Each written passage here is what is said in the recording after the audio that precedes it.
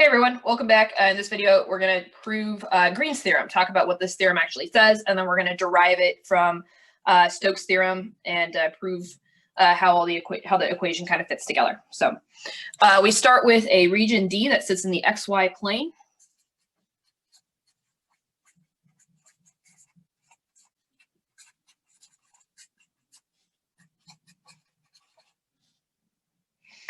And we'll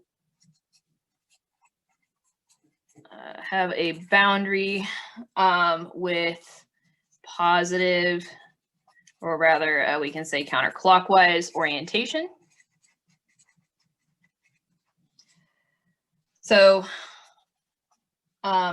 for smooth functions, smooth just meaning that it's differentiable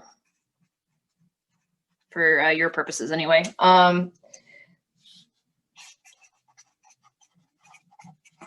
P and Q, we have that the integral over the boundary of D of P xy dx plus the integral over the boundary of D of Q xy dy is equal to the double integral over the entire region of the partial of Q with respect to x minus the partial of P with respect to y dA. So really just kind of this idea that when we have these two, these are actually line integrals. These are the line integrals that only care about x and only care about y, respectively, like we talked about in the video, different types of line integrals or something like that. Basically, it's saying that we can kind of combine these two into one integral that looks like this, but we have to take the partial derivative of q with respect to x and the partial derivative of p with respect to y. So why can we do this? It's actually a consequence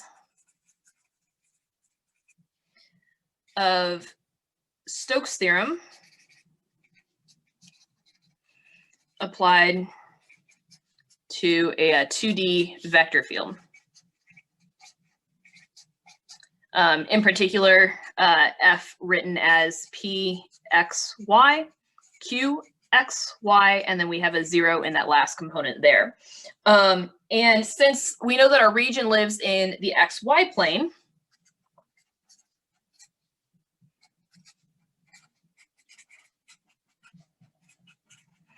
if we were to look at Stokes' theorem and we want to look for that normal, we know that that would have to be a 0, 0, positive 1.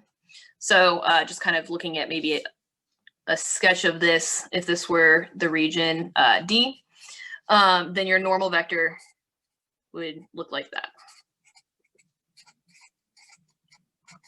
So when we put these two pieces together and kind of plug them into Stokes' theorem, then what ultimately pops out is going to be Green's theorem. And that's what we are going to look at doing today.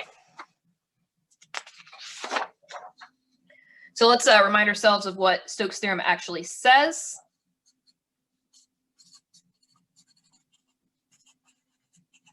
We have the double integral over S of the curl of the vector field dot ds equal to the line integral over the boundary of your surface, F dot dr. And in order to be able to prove this, what we're going to do is take that vector field and that normal vector, and we are going to look at each side individually and then put them together. So we're going to look at double integral of curl of F dot n ds, because this is the formula for being able to deal with a surface integral with a vector field on it.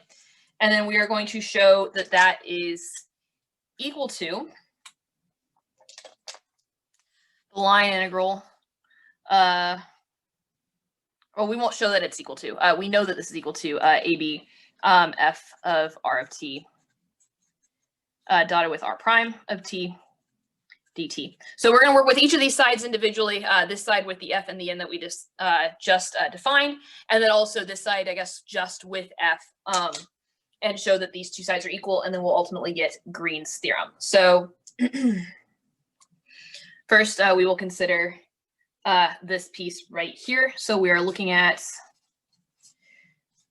double integral of curl of f dot n ds with f equal to pxy, qxy, and then 0 and n being equal to 0, 0, 1. And in order to get this, really what we just have to compute at this point is going to be that curl there. So curl of f is equal to I hat, j hat, k hat, partial with respect to x, partial with respect to y, partial with respect to z, and then pxy, qxy, xy, 0. And after you compute that, it just winds up being, well, you get 0, 0, and then your third component is partial of q with respect to x minus partial of p with respect to y. And if we looked back at our right-hand side of Green's theorem right here, that looks like the inside of our integral, right? So we've actually already made a major step in the direction of getting this particular format. The big question is, okay, how do I get dA out of this? So, because what winds up happening is, so you'll take that, dot it with n, and what you ultimately wind up with then is just that last component there. So, and then since our surface lies flat in the xy plane, it's really just the same thing as taking area because it is flat. We're not worrying about any sort of like curve or height or anything like that. We can say then that ds is equal to dA. So our double integral over s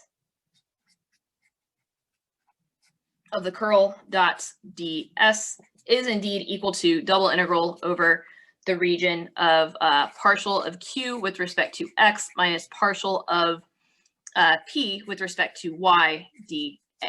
Oh, a. All right. And that is equal to the right-hand side of Green's theorem. So since this piece right here, right-hand side, is equal to the left-hand side of Stokes, all we have to do is show that the left-hand side of Green's theorem is equal to this, and so therefore they both have to be equal to each other.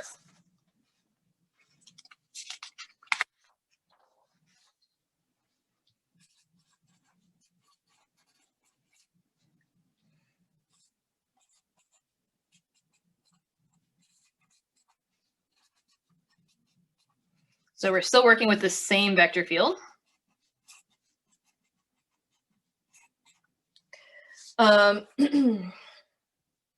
Okay, so this guy right here, we're just going to start expanding it based on the definition. So this is equal to the integral from a to b of f of r of t dot r prime of t dt, which is equal to the integral from a to b. And I'm actually going to take this, I'm going to write it out in all its components. Same thing here. I'm going to get p of xy, q of xy, and then 0. And this is going to be dotted with this guy written in components. I'm going to have x prime of t, y prime of t, and then z prime of t dt.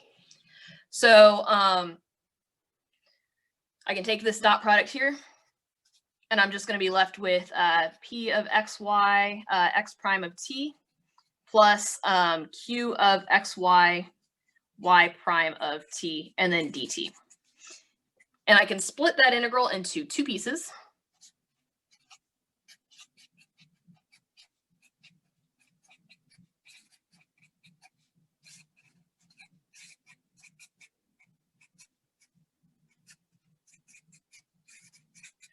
And this piece right here is our definition for that line integral that only cares about the x components.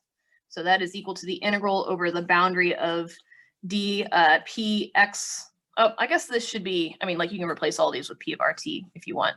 You don't have to, but it's just pxy dy, oops, dx, and then plus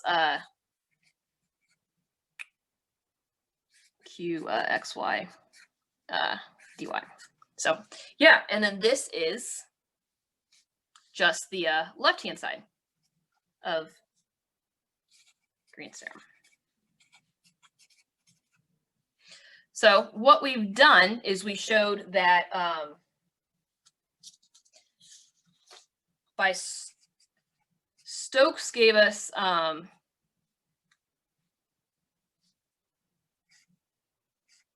the integral over S f ds equal to, over the boundary, f dot dr. And we had said that this piece right here was equal to that double integral over partial of q with respect to x minus partial of p with respect to y dA. And we had said that this piece right here was equal to, well, we just got this guy.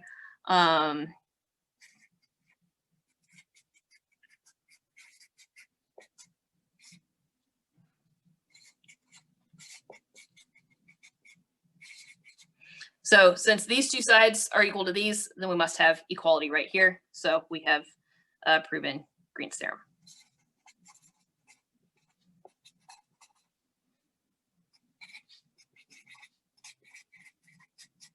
Cool. Okay.